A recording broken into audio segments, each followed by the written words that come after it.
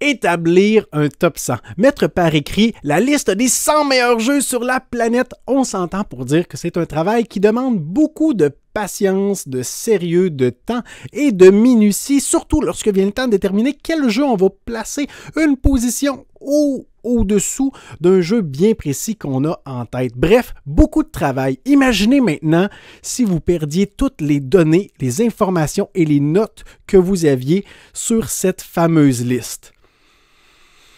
C'est effectivement ce qui m'est arrivé dans les derniers jours. L'école du jeu, en partenariat avec la boutique L'Imaginaire. Au-delà de vos attentes.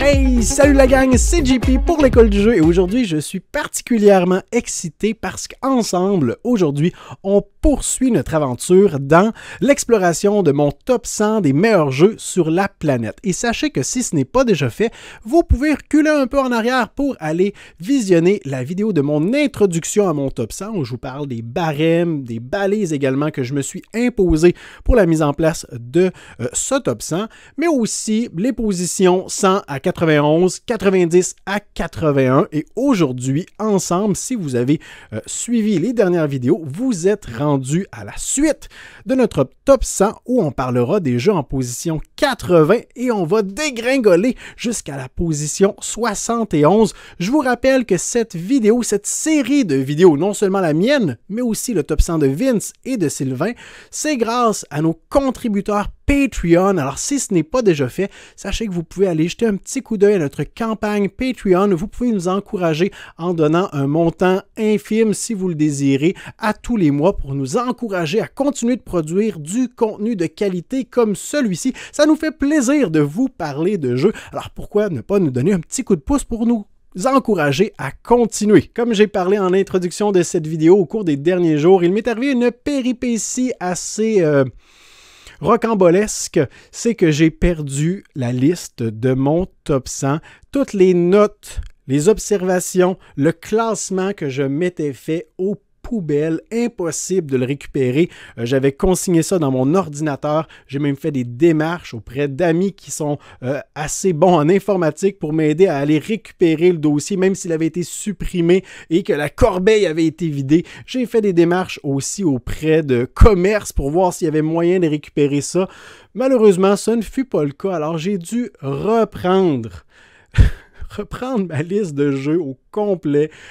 Les jeux auxquels j'ai joué dans les dernières années, les jeux qui appartiennent à mes amis, les jeux que j'ai joués en convention, remettre ça par écrit, filtrer un peu le tout, faire un premier jet, passer en revue, déplacer des jeux, bref, repasser à travers toutes les étapes que j'avais déjà fait. Vraiment, vraiment frustrant, mais je suis heureux de dire que j'arrive maintenant à un top avec lequel je suis satisfait et qui, selon moi, était presque identique, sinon peut-être identique à ce que j'avais fait lors de mon premier essai. Alors sans plus attendre, allons voir les jeux d'aujourd'hui. En position 80, on commence avec un jeu exceptionnel. Je ne vous parle pas du 7e continent, non. Non. Non. OK, on commence avec le jeu en position 80. Je suis tellement excité de voir qu'on descend comme ça les positions en se rapprochant de plus en plus du top 10. Mais le jeu en position 80, c'est un jeu que j'aime énormément. C'est Roll Player. Alors, Roll Player, c'est un jeu pour 1 à 4 joueurs d'une durée approximative de 60 à 90 minutes. Il existe plusieurs extensions pour Roll Player. Il y a eu une campagne aussi il n'y a pas si longtemps, je crois, avec du nouveau matériel. Mais bref, moi, j'ai seulement joué au jeu de base et j'aime énormément ce jeu. Donc, Roll Player, thématique, rien de vraiment original, là, fantastique. Et c'est un jeu de draft de dés. Alors, on voit ici différents éléments. On a le plateau individuel d'un joueur. Le jeu ici est en fin de partie, là, ou presque en fin de partie. On voit ici les cartes, soit que le joueur a récupéré ou les cartes du marché, là, c'est pas trop clair ici. Mais ce qui est important, ce sont les cartes au centre où on va récupérer, où on va drafter nos dés. Et la valeur du dé a de l'importance, sa couleur aussi, ainsi que son emplacement où on va le récupérer. J'attire maintenant votre attention sur le plateau du joueur. On a donc des emplacements troués où on va pouvoir venir placer nos dés en cours de partie, mais on a une petite fiche personnelle parce que dès la mise en place de ce jeu, c'est vraiment intéressant. On peut créer notre personnage. On va avoir donc un type de personnage. Ici, on a un guerrier, mais aussi un backstory, un peu d'histoire. Ici, c'est comme si notre guerrier avait été un mentor au cours de sa vie et là, on a un petit descriptif. Mais en fait, ce que ces cartes vont nous donner, au-delà de la thématique, ce sont des objectifs de fin de partie. Alors ici, on veut en fin de partie avoir un nombre bien précis lorsqu'on additionne la valeur de tous nos dés dans la ligne de la force physique. Alors ici, on a un total de 18 par exemple, donc ça nous vaudrait 4 étoiles si on a réussi cela. Pour la deuxième ligne, on veut avoir un nombre par exemple moins élevé. Ou plus élevé. Ça va dépendre de pour chaque ligne. On va avoir un nombre d'étoiles qui vont donner des points en fin de partie. Lorsqu'on a une rangée complète, on a un pouvoir qu'on va débloquer aussi. La deuxième carte va nous donner des objectifs pour l'emplacement de la couleur de certains dés, alors que la valeur n'aura pas d'importance. Ça va nous attribuer aussi des étoiles en fin de partie. Et on va pouvoir aller chercher de précieuses cartes, que ce soit des aptitudes qui vont donner des pouvoirs pour manipuler les dés, ou des cartes également d'équipement avec une espèce de... Parfois, il y a du set collection, la collection d'ensemble. Plus on aura des cartes d'un même ensemble, plus on aura de points en fin de partie. On peut aller récupérer de l'argent également, de l'or pour aller récupérer ces cartes. Donc, Role Player, vraiment intéressant. J'aime beaucoup les cartes de la mise en place qui vont venir changer nos objectifs. Ici, on a un humain narcissique, c'est vrai, sur le plateau ici, on ne voyait pas l'autre côté, mais on a aussi une race et on a aussi un trait de caractère. On va pouvoir déplacer notre petit cube ici. Donc, plein de choses qui peuvent nous rapporter des points en fin de partie. Comme je le disais, j'ai joué seulement au jeu de base et j'adore. En position 79, maintenant, on a Disney Villainous, qui est un jeu qui ne fera pas l'unanimité dans mon top 100, malheureusement, mais personnellement, c'est un jeu que j'apprécie beaucoup. Vous m'avez entendu en parler plusieurs fois dans mes quad 9. J'avais fait des vidéos aussi pour présenter chacune des extensions du jeu ainsi que les nouveaux personnages. Vraiment intéressant. Un jeu pour 2 à 6 joueurs, durée approximative de 50 minutes. Je dirais qu'on peut facilement dépasser le 50 minutes là, dans les parties à 5 et même 6 joueurs. C'est un jeu avec une thématique originale. On va incarner les méchants de l'univers de Disney. Dans la boîte du jeu de base, on a 6 méchants différents, des méchants qui sont asymétriques, c'est-à-dire qu'on va avoir un paquet de cartes 100% différents des autres joueurs, un plateau individuel 100% différent des autres joueurs et même des façons de gagner ou d'interagir avec nos éléments de jeu qui seront différents des autres joueurs. Donc, dans la boîte du jeu de base, on a Jafar, Maléfique, on a également le Capitaine Crochet, la Reine de Cœur, Ursula et le Prince Jean. Et ce qui est merveilleux, c'est que les extensions vont rajouter 3 personnages chacune, donc beaucoup de variabilité, de rejouabilité avec les nouveaux personnages. Et dans ce jeu, bon là ici on voit un exemple du plateau personnel de Jafar. On a des lieux, on va pouvoir déplacer notre pion et on va effectuer l'une des actions, ou les actions plutôt qui sont visibles sur les lieux où on se déplace. Donc parfois il y a des événements, des cartes que les autres joueurs vont nous imposer ou qu'on va être contraint de jouer qui vont venir cacher certains icônes, ce qui va restreindre nos possibilités lorsqu'on se déplace sur un lieu et qu'on veut résoudre certaines actions qui s'y trouvent. Et on a aussi l'objectif de Jafar qui, dans son cas, est de commencer son tour avec la lampe magique et d'être au palais du sultan tout en contrôlant le génie. Alors, il y a 3 éléments à mettre en place, 3 conditions à mettre en place pour remporter la partie. Et bien évidemment, les autres joueurs vont avoir des lieux différents, vont avoir des objectifs de fin de partie différents aussi. Vous avez ici un exemple de la Reine de cœur et de son plateau avec des cartes qui ont été mises en jeu par celle-ci, donc qui sont en son contrôle. Ici, on a des cartes alliées, donc qui lui permettent d'effectuer des actions supplémentaires qui lui donnent des avantages et qui ont des points de vie aussi, donc qui peuvent attaquer les cartes héros. Alors, les cartes héros, on en voit quelques-unes juste ici. Donc, si je jouais Jafar, eh bien ça, ce sont mes ennemis. Ce sont les héros de l'histoire d'Aladin, justement. Donc, ces cartes-là, ce qui est particulier, c'est que ce sont les autres joueurs qui vont les piocher et qui vont me les balancer en pleine face. Alors, par exemple, le tapis, si un joueur me l'envoie, eh bien, je suis contraint de le détruire avant de m'attaquer à n'importe quel autre héros, ce qui ralentirait Jafar, par exemple. On a des cartes ici, des exemples de cartes du paquet de Jafar qu'il peut jouer pour mettre en place une stratégie pour s'approcher de la victoire. Donc, Disney Villainous, c'est un jeu avec une tonne de chance. Il faut accepter la présence de cette chance-là, de cet aspect aléatoire si on veut s'amuser. Mais vraiment, là, j'apprécie chaque partie. J'aime découvrir chaque personnage. Vraiment un jeu qui mérite sa place dans mon top 100. On retrouve aussi dans mon top 100 une réédition Caylus 1303, un jeu de 2019, mais qui est une réédition de Caylus, un jeu de 2005 si ma mémoire est bonne, donc un jeu qui a plus de 15 ans. Et la raison pour laquelle j'ai décidé de mettre la réédition, c'est que le jeu est tellement plus beau. le jeu original était laid à en faire fuir plus d'un. Et la réédition est franchement hallucinante avec l'artiste Andrew Bosley, qui est le même artiste qui a travaillé sur, je crois, Everdell et Tapestry aussi, si je ne me trompe pas, quelqu'un de vraiment talentueux. Donc, c'est un jeu pour 2 à 5 joueurs, durée approximative de 60 à 90 minutes, et c'est plutôt exact. J'ai pas beaucoup de parties qui ont dépassé le cap des 1 heure et quart environ. Et ici, on a un aperçu du plateau central. Donc, plateau central qui va être composé d'une petite route et notre plateau ici est beaucoup avancé. On est pas mal à la fin de la partie, en fait, sinon vraiment pas loin.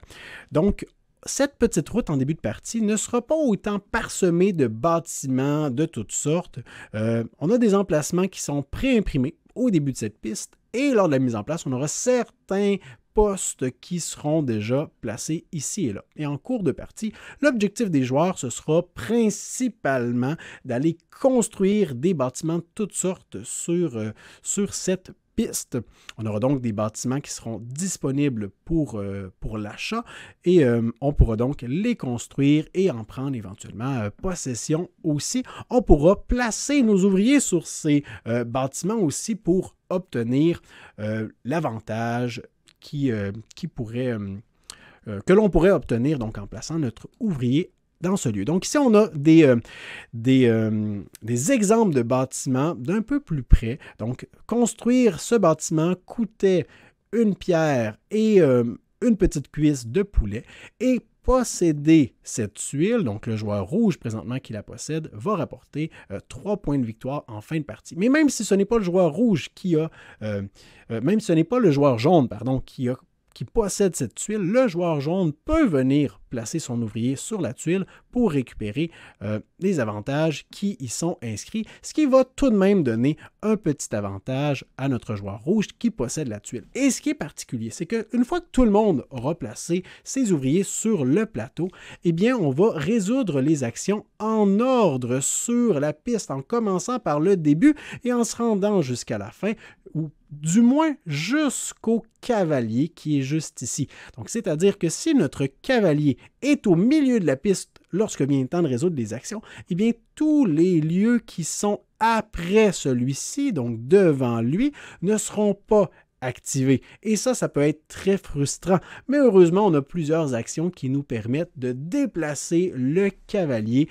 pour soit nous avantager ou tout simplement pour nuire à nos adversaires parce que pourquoi pas, le jeu nous le permet et c'est vraiment un aspect très important dans le jeu.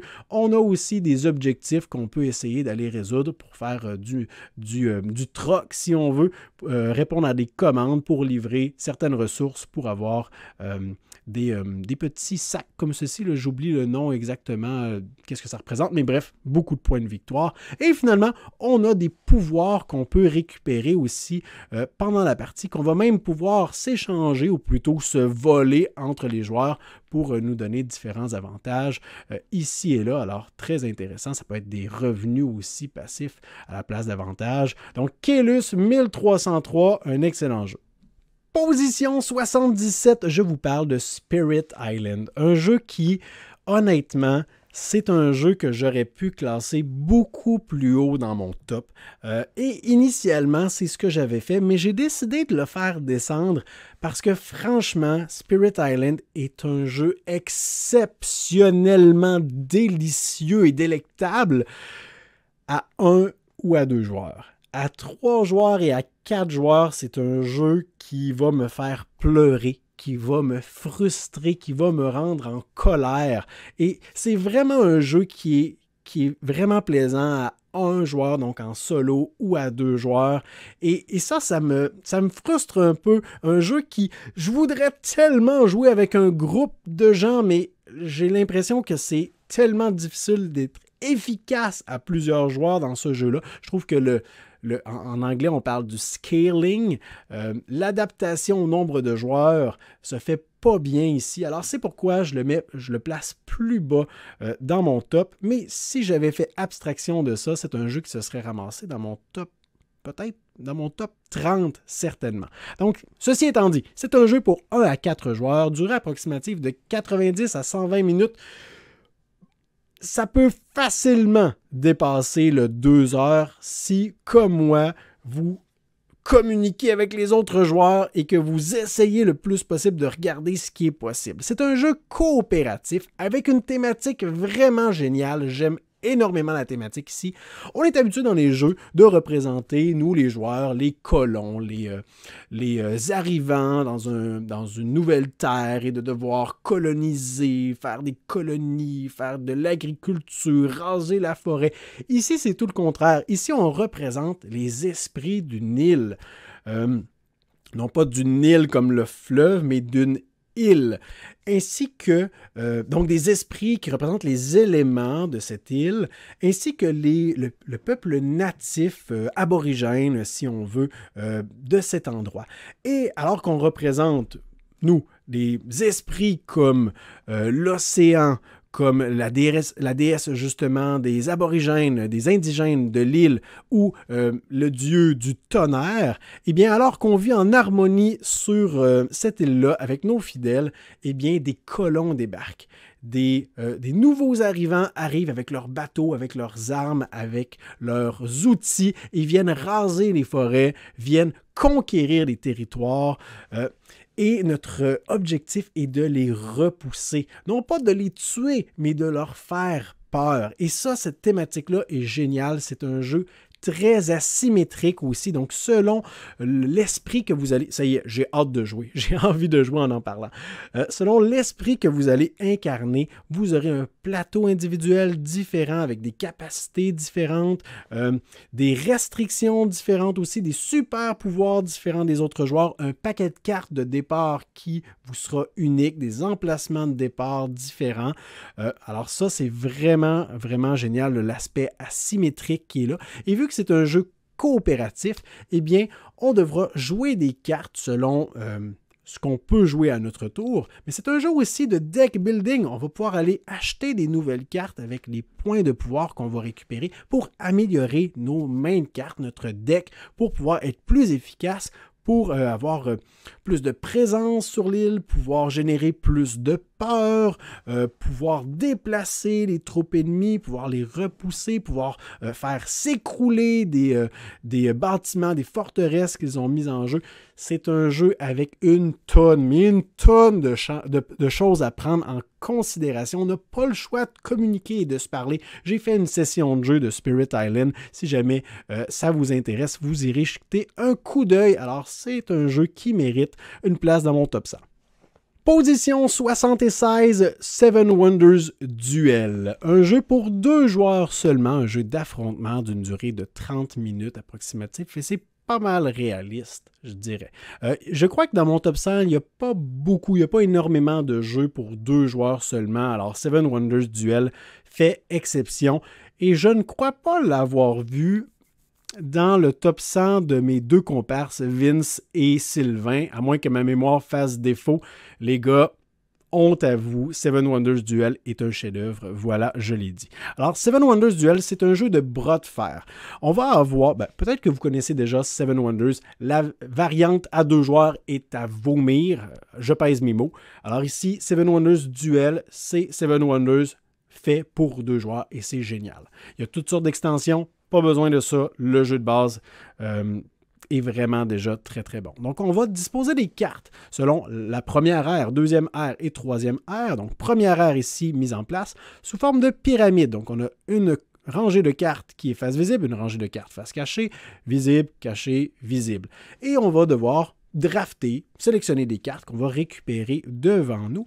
On devra devoir en payer le coût, par contre, pour la récupérer. Et lorsqu'on récupère une carte, par exemple, si mon adversaire a déjà récupéré la carte militaire juste ici, eh bien, lorsque je vais récupérer la carte de bois ici de production, la carte qui était donc bloquée par ces 2 cartes, lorsque ces 2 cartes auront été prises, va être retournée et c'est à ce moment, lorsqu'elle est retournée, qu'elle devient accessible pour les autres joueurs. Donc, on va progresser comme ça dans notre pyramide jusqu'à ce qu'on ait récupéré les cartes qui s'y trouvent, qui vont bâtir notre civilisation, notre empire. On aura bien évidemment des merveilles aussi qui vont donner un objectif, si on veut, et un pouvoir lorsqu'on les aura construits.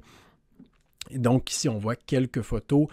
Encore une fois, tout comme dans Seven Wonders, on a des couleurs de cartes qui vont augmenter notre production de ressources de base, des ressources avancées, des cartes jaunes qui sont les cartes de commerce qui vont nous permettre de faire plus d'argent, plus de flexibilité lorsque vient le temps d'acheter des ressources, les cartes rouges qui vont nous permettre d'avancer sur la petite piste militaire comme ceci. Et comme je vous le disais, c'est un jeu de bras de fer parce qu'on a 3 différentes façons de gagner. On peut finir une partie. Si on finit une partie, bien, c'est celui qui aura le plus de points qui va gagner. On peut avoir une victoire militaire aussi, parce que lorsqu'on récupère des cartes militaires, on avance le petit marqueur de combat vers notre adversaire. Et si on réussit à pénétrer ses défenses, eh bien, on remporte la partie. Donc, on doit constamment jouer au bras de fer comme ça. Et il est possible également de remporter la partie. Une victoire scientifique si on réussit à avoir, je crois, les 7 ou 6, les 7, je crois, différents symboles. Victoire automatique, victoire scientifique. Alors, Seven Wonders Duel, un excellent jeu pour 2 joueurs seulement. Si vous êtes du genre à jouer à 2 joueurs et que vous n'avez pas Seven Wonders Duel, je vous en prie, remédiez à la situation, débarquez à la boutique L'Imaginaire demain matin et récupérez une boîte, une copie. C'est un must pour vous. On continue avec Sierra West. Sierra West, quand j'y ai joué pour la première fois, la deuxième fois aussi, j'étais renversé par ce jeu. J'étais convaincu que ce serait un jeu qui finirait dans mon top 30.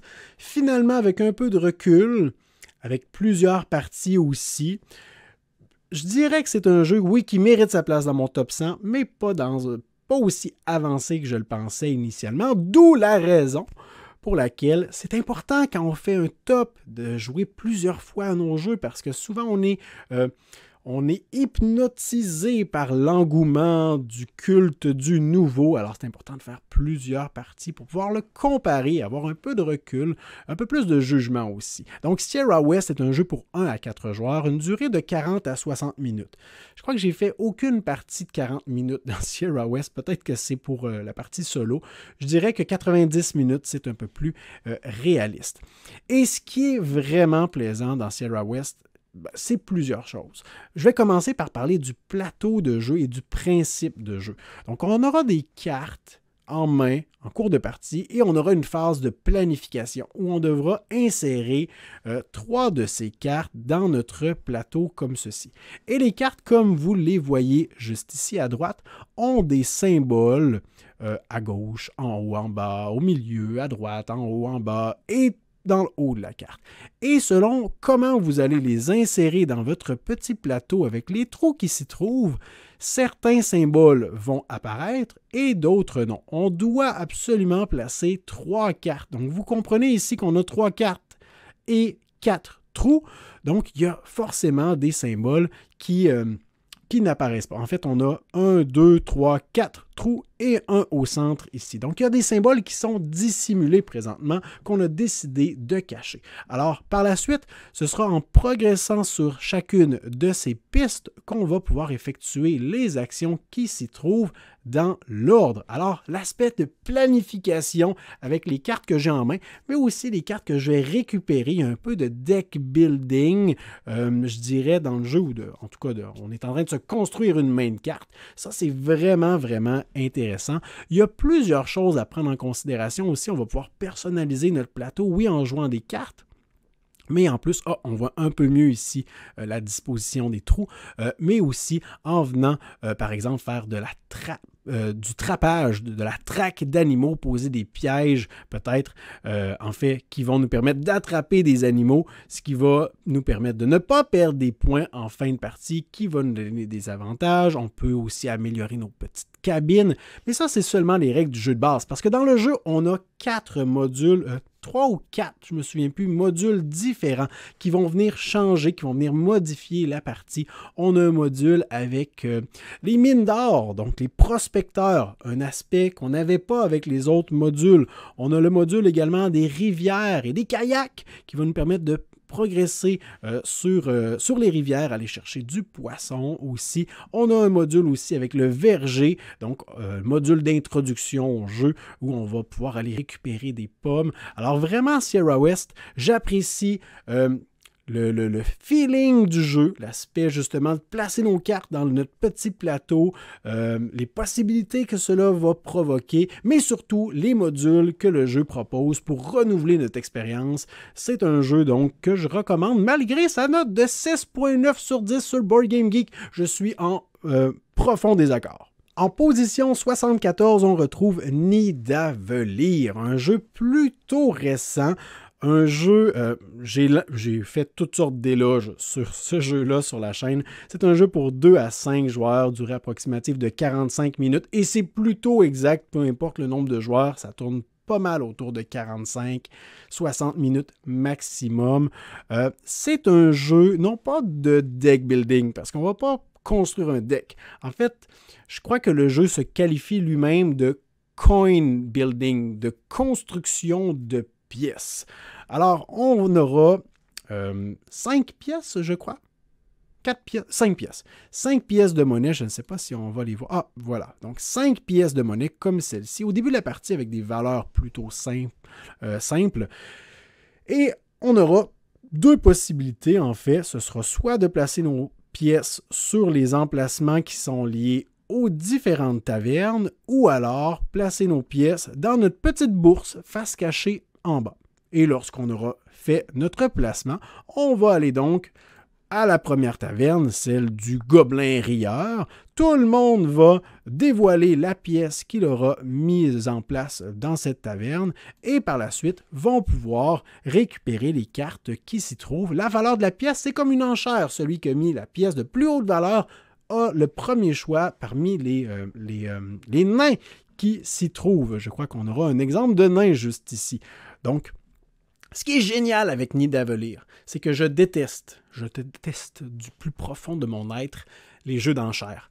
Sauf les jeux d'enchères qui me proposent quelque chose qui ne me frustre pas. Parce que ce qui me frustre dans les jeux d'enchères, c'est je veux une carte, mais je ne sais pas quelle valeur aurait cette carte-là. Donc peut-être que je vais décider de miser 18 pièces d'or pour aller la récupérer. Mais lorsque vient le temps de dévoiler, horreur, je constate que les autres joueurs ont misé 2, 0 et 4 pièces d'or. Et moi, je dois perdre ma mise de 18.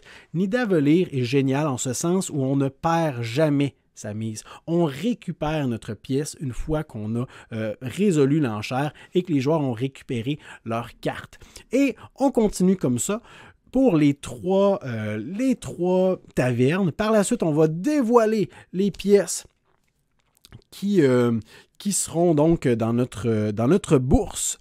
Et les pièces qui sont dans notre bourse vont se... En fait, on a la possibilité de dévoiler les pièces qui sont dans notre bourse. Si je me souviens bien, c'est lorsqu'on joue notre pièce du 0.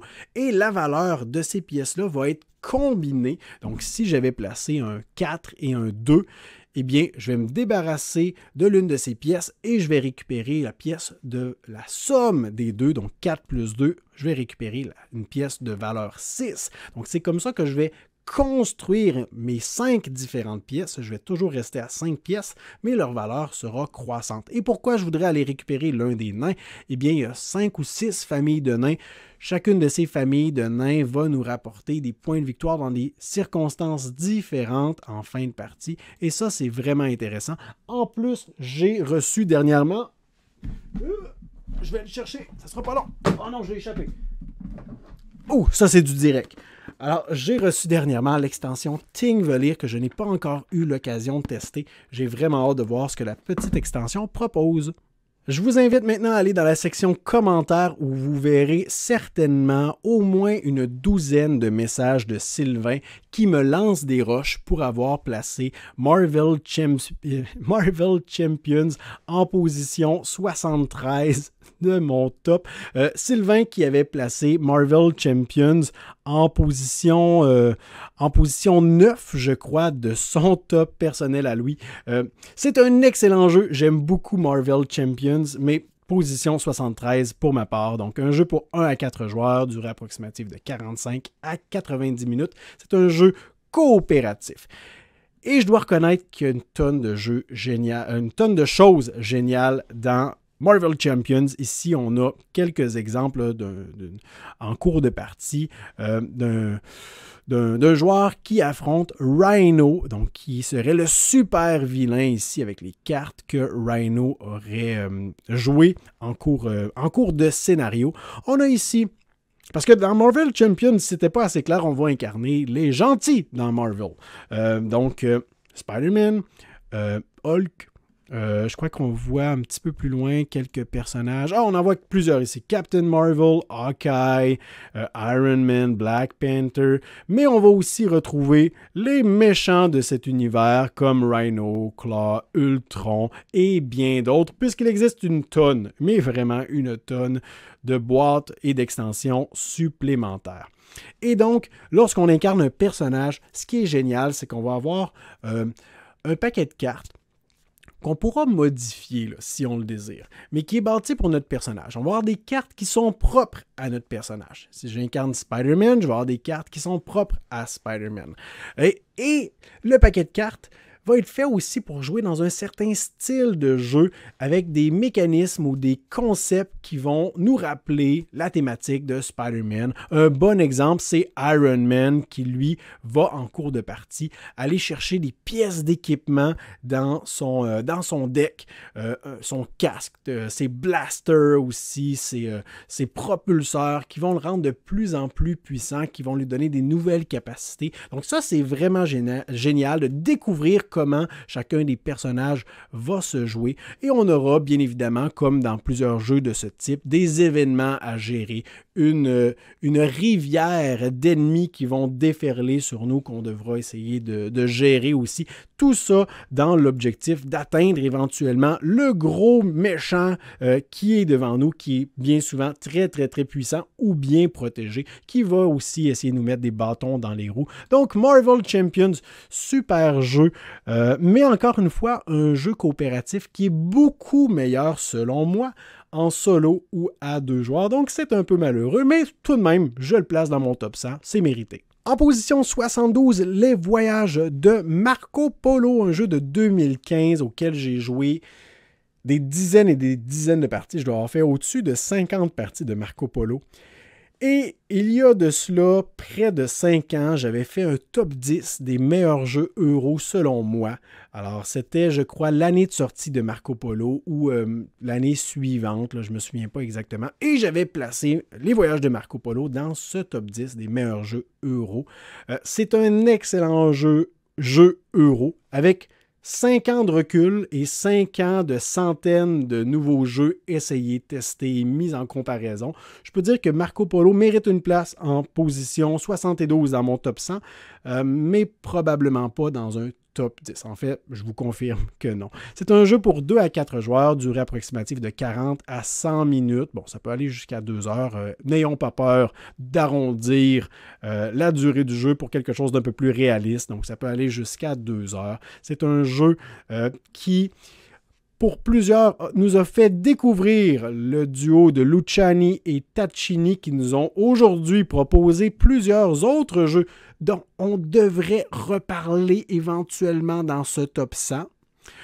Mais bref, un jeu avec lequel j'ai eu beaucoup de plaisir. Et petite parenthèse, Marco Polo 2 ne figurera pas dans ce top 100 parce que je juge que Marco Polo 1 est franchement meilleur que le 2, tout simplement. Donc, c'est un jeu de placement de dés. Nos dés vont représenter des ouvriers. On va pouvoir les placer dans différents emplacements pour effectuer des actions. On a ici un gros plan du marché. Donc, en plaçant les 2 dés verts juste ici, le joueur vert va pouvoir aller récupérer les ressources qui se trouvent dans la colonne correspondante. Si par exemple un joueur, ce n'est pas le cas ici, mais si un joueur avait placé un 4 juste ici, eh bien il aurait pu récupérer n'importe quel gain jusqu'à la colonne numéro 4, n'aurait pas eu accès aux ressources de la colonne 5 et la colonne 6. On a un exemple ici du plateau personnel d'un joueur où il va pouvoir placer ses dés, les petits bâtiments également, les petites pagodes apparemment, qu'il va pouvoir déployer sur le plateau, qui va éventuellement peut-être lui donner des points de victoire, mais qui va également lui donner accès à certaines activations. Donc, lorsqu'on va placer une petite pagode dans une ville, on aura la possibilité à partir de maintenant d'effectuer l'action de cette ville ou d'avoir le revenu de cette ville. Il y a différentes actions, bien évidemment, sur le plateau. On peut déplacer un petit explorateur d'une ville à l'autre. On peut aller chercher de la monnaie. On peut faire du troc, si on veut, pour aller récupérer plus de ressources. On peut aller remplir ou récupérer des contrats. On aura aussi de la mise en place, et ça, c'est génial, un personnage qu'on va incarner qui va nous donner un pouvoir, mais pas un petit pouvoir comme vous commencez avec un chameau de plus, un pouvoir exceptionnel. Imaginez, c'est un jeu de placement de dés. Vous roulez vos dés, vous organisez les dés selon leur valeur et après ça, vous les placez. Imaginez si vous incarnez un personnage qui n'a jamais besoin de rouler les dés parce que vous décidez en tout temps, en cours de partie, la valeur de vos dés. Des pouvoirs complètement éclaté et ça c'est génial tout simplement. Donc on a encore une fois quelques exemples ici de gros plans de ce que le jeu propose. Vraiment un jeu intéressant, beaucoup de parties de fait et ce qui est plaisant c'est que le jeu vient avec des cartes qu'on va pouvoir placer à certains endroits, à certaines villes et un assez bon nombre de cartes pour justement proposer de la variabilité d'une partie à l'autre. On n'aura pas les mêmes actions au même endroit ou tout simplement, parfois, on aura des actions qu'on n'avait pas à certaines autres parties antérieures. Même chose pour les tuiles de revenus qui vont pouvoir être différentes ou placées à des endroits différents d'une partie à l'autre. Ça, c'est vraiment intéressant. Des petites tuiles bonus aussi pour le premier joueur qui va explorer une ville bien précise. Donc, Marco Polo, super bon jeu. Et en position 71, Circadian's First Light, un jeu de 2019 pour 1 à 4 joueurs, durée de 60 à 90 minutes. C'est un jeu auquel j'ai joué pour la première fois il y a environ plus d'1 mois. Mais, à ma défense, j'y ai joué plusieurs parties dans ce laps de temps parce que c'est un jeu dont j'avais entendu parler depuis 2019. Ça va faire bientôt 2 ans que le jeu est sorti, mais j'étais très sceptique sur ce jeu. Je ne voyais pas en quoi il se distinguait des autres. Et quelle belle surprise ce fut pour moi. J'ai décidé, après mes nombreuses parties, dans différentes configurations de joueurs aussi, de lui donner une place bien méritée en position 71 de mon top 100. Donc, Circadians est aussi un jeu de placement de dés, tout comme Marco Polo l'était, avec un paravent. Donc ici, on a l'espace de jeu personnel d'un joueur. On va, en début de tour, lancer nos dés et on va les placer aux différents endroits de notre petit plateau. Donc, évidemment, en début de partie, ce plateau ne sera pas bien équipé. On voit ici qu'on a plusieurs fermes, peut-être plusieurs vaisseaux spatials également qu'on aura placés, mais ce ne sera pas le cas en tout temps, du moins pas en début de partie. Et donc, on aura le choix de faire des placements sur notre plateau personnel ou d'envoyer nos dés dans les lieux centraux. Et ça, c'est vraiment très, très, très serré. Parce que peu importe le nombre de joueurs autour de la table, il y a toujours quelqu'un qui va vouloir aller jouer dans vos plates-bandes et il n'y a pas des emplacements illimités dans ces différents lieux. On est très, très, très limité. On doit se dépêcher d'aller faire nos actions avant les autres joueurs. Et croyez-moi, il y a une tonne de possibilités, de choses à faire différentes dans ce jeu, des stratégies différentes vers la victoire. Alors, c'est très, très, très important de réfléchir à ce qu'on fait. C'est un jeu de gestion, c'est un véritable brûle-neurones, un casse-tête cognitif incroyable. Je ne peux pas tout vous décrire le jeu. On peut essayer d'aller déplacer notre extracteur sur la planète pour avoir un revenu de ressources, de points, aller faire de l'exploration aussi. On peut évidemment aller chercher des fermes qui vont bonifier notre production. On peut essayer d'aller attirer l'influence des 3 peuples extraterrestres aussi, qui vont donner des points, qui vont donner des avantages. Il y a une tonne de choses différentes qu'on peut faire. Et en plus, tout comme dans Marco Polo, on commence la partie avec des personnages qui vont nous donner des pouvoirs exceptionnels, qui vont vraiment renverser les règles qui sont établies dans le jeu. Donc ça, c'est quelque chose qui m'excite à chaque fois, de voir que j'ai un pouvoir super fort. Mais tous les joueurs autour de la table ont des pouvoirs super forts, différents les uns des autres. Alors, First Light, Circadians, un jeu qui m'a énormément étonné, que je prends énormément de plaisir aussi à jouer. En solo, le jeu est très bien fait aussi. L'automa, le joueur automatisé, se gère bien. Vraiment un challenge intéressant. J'ai hâte de voir. Il y aura Circadians, Chaos quelque chose qui va sortir là, au courant de l'année 2021. Donc, un jeu dans le même univers, mais un jeu à part entière. Donc, un jeu complètement détaché de First Light. J'ai hâte de voir ce que le jeu va proposer. C'est à suivre. Alors voilà pour ce qui était de la présentation de ce segment de mon top 100. J'espère que vous avez apprécié cette vidéo. J'espère qu'elle vous aura informé. J'espère que je vous aurai diverti également. Laissez-moi dans les commentaires vos questions, commentaires sur les jeux que j'ai traités aujourd'hui. Laissez-moi savoir aussi combien de jeux est-ce qu'on a en commun, vous et moi, dans votre liste des top 100 des meilleurs jeux sur la planète versus la mienne. Alors, je suis intéressé de savoir combien de jeux vous et moi on a en commun. Et si ce n'est pas déjà fait, considérez également vous abonner à notre chaîne pour ne pas manquer les prochaines vidéos qu'on pourrait publier dans les prochains jours. Je vous dis un grand merci pour votre écoute et à la prochaine.